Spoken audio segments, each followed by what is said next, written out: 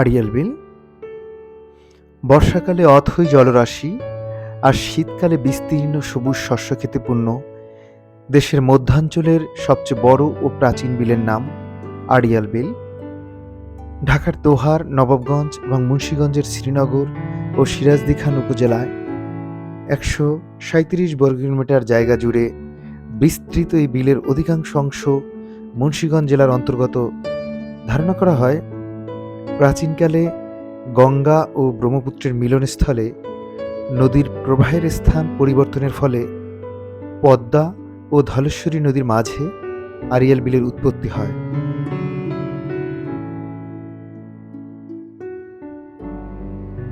প্রকৃতির অপার সৌন্দর্যে সাজানো আড়িয়াল বিল ঋতুভেদে নতুন নতুন বৈচিত্র্যের প্রকাশ ঘটে। বর্ষাকালে সবুজে ঘেরা বিলের স্বচ্ছ পানিতে শাপলা, কচুরিপানা, ফুল এবং নানা জাতের পাখির উপস্থিতি প্রাকৃতিক সৌন্দর্যে অনন্য মাত্রা যুক্ত করে।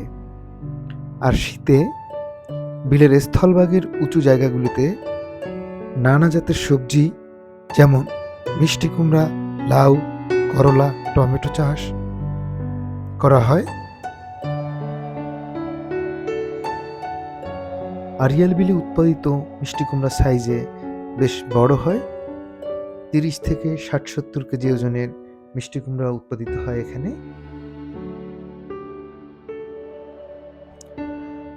আড়িয়াল বিলের কিছু জমিতে সরিষারও আবাদ হয়, তবে আড়িয়াল বিলের বেশিরভাগ জায়গা নিচু হওয়ায় এখানে ধানের আবাদই বেশি হয়।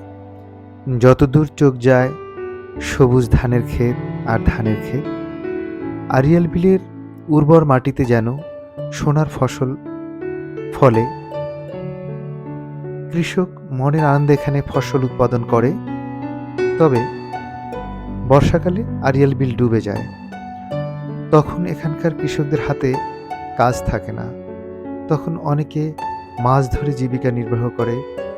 অনেকে দূর দূরান্ত থেকে আগত পর্যটকদের নির্দিষ্ট টাকার বিনিময়ে নৌকায় করে আড়িয়াল বিল ঘুরিয়ে দেখিয়ে জীবিকা অর্জন করেন। আবার অনেকে জীবিকার প্রয়োজনে ঢাকা, মুন্সিগঞ্জ বা দেশের অন্যান্য শহরে গিয়ে কাজ করেন। বর্ষা শেষে যখন পানি নেমে যায় তখন তারা আবার আড়িয়াল বিলে ফিরে আসেন এবং এখানে চাষাবাদ করেন।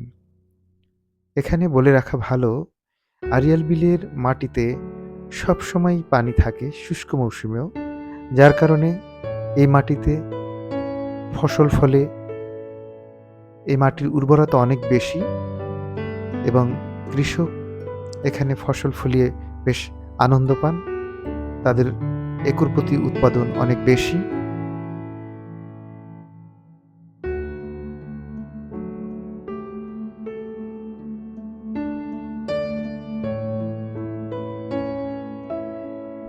বর্ষাকালে আড়িয়াল বিল দেখতে হয় নৌকায় করে অথবা ট্রলারে করে। এই যে জায়গাগুলো দেখতে পাচ্ছেন এগুলো সব ডুবে যায়, পানির নিচে চলে যায়। কিন্তু শীতকালে আড়িয়াল বিলের অন্যরকম রূপ। এখন যেমন দেখতে পাচ্ছেন ভেসে উঠেছে আড়িয়াল বিল এবং কৃষকরা এখানে বিভিন্ন ধরনের ফসল আবাদ করেছেন। বেশিরভাগ জমিতেই তারা ধান আবাদ করেছেন, তবে বেশ লম্বা জায়গা জুড়ে বিশেষ করে উঁচু জায়গাগুলিতে করলা ক্ষেত, কুমড়ো ক্ষেত এবং লাউ দেখা যায়। কিছু কিছু জায়গায় বেগুন ক্ষেত রয়েছে। টমেটো চাষ করেন এখানে।